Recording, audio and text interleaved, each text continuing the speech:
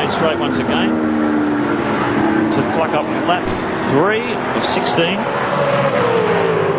Yes, John Bow's got to pray for it to dry out now, and I don't know that we've got enough laps for that to happen.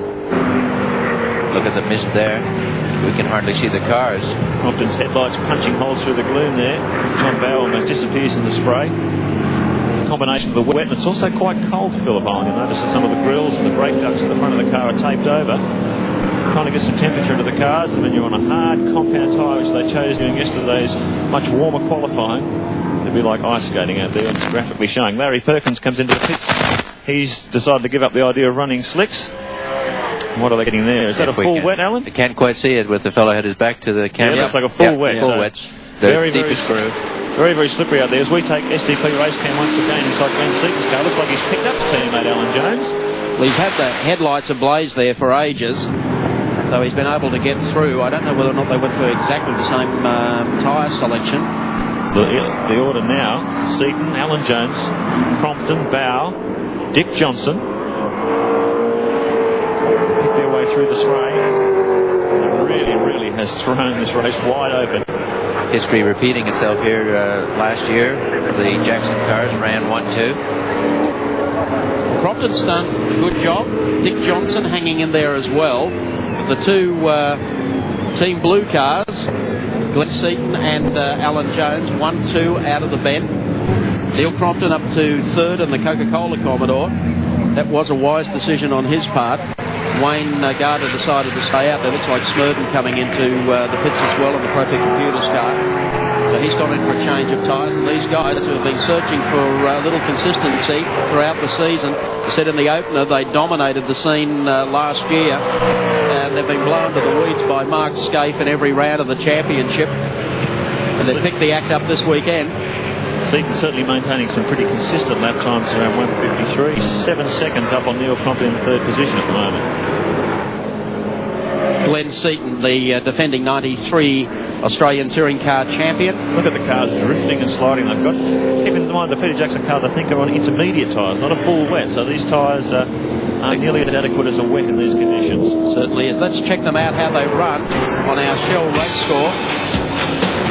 No two ways about the man leading, Glenn Seaton, last year's champion over teammate Alan Jones. Neil Crompton, a great job, up to third. John Bow, fourth, a lap ago. And rounding out the five is Dick Johnson. We'll be back at Phillip Island in just a moment. And things as they were as we went to the break. Seaton leading Alan Jones. Neil Crompton some 10 seconds back in third place. But this is the battle. Dick Johnson coming under increasing fire from Mark Scaife in the Winfield Commodore. It's the battle for fourth and fifth position. Fascinating scrap here, though. These fellows both jumped in and grabbed the intermediate tires from the beginning, started from the pit lane, and watch Mark Scaife come up on Dick now. Well, I believe Dick Johnson very, very busy in the cockpit of car 17. How does it feel out there, Dick? Yeah, I can hear you, mate, but it's very soft. The decision to go on to wets, the right decision, it appears. Well, at this point, these aren't wets. These are just lightly glued slicks. And I think I would, at this point in time, prefer wet. There goes Jimmy. Why makes it 6 bits of nothing that I can do about it? I hope we didn't distract you there, Dick, as Scaife stuck clear on the outside. No, not a problem. All right, we'll let you get back to it. Oh, that's all right. I'm just cruising around. Yeah, I think you're doing a bit more than cruising, Dick. You're doing good. Not surprising if his unlightly grooved slicks that Scaife got him, because we saw Scaife put on full wet weather tyres, and as we know from past experience, the Winfield cars really do have the ultimate wet weather tyres. They're in the box seat here. They're weapons in the wet. Well, it is the nominated test track for the Winfield team, and they've been doing a lot of testing here. They don't waste time when they get on a wet day too. They certainly take advantage of it and make sure their wet setup's right. And very strong here at the moment. Scaife forcing his way through up to fourth position now behind Crompton, Jones and Glenn Seaton. It's the nominated test circuit for Jones and Seaton too, isn't it? They've done a lot of laps around here in the dry and in the wet. Their disadvantage, of course, is that they're running on intermediates in different conditions. The punters are here, they're getting a wet butt, no fish, but the television audience is getting probably the race of the season thus far because of these extraordinary conditions. The intermediates, as long as they keep the heat into them and there's not gigantic puddles on the circuit, which there isn't, are still very serviceable. And you'll see Alan Jones and Glenn throwing the car around. You might think they're almost with gay abandon, but they're not. They're actually trying to keep the heat into them. There's no danger of them wearing them out, and as such just look a little bit more untidy. But here Mark Scaife on full set of wets. Let's look at Mark Scaife, age 27, lives in Melbourne, of course, and what a fantastic record in touring car racing at such a young age. 2 times Bathurst 1000 winner, won the Australian Touring Car Championship in 1992. Also a Sandown 500 winner in 1989 with Nissan.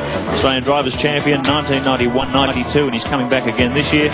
Currently leads the Australian Touring Car Championship with a healthy points margin, 129. Great results for such a young man, and he's showing this great skill as he picks his way up through the field in these very changeable, slippery, wet conditions.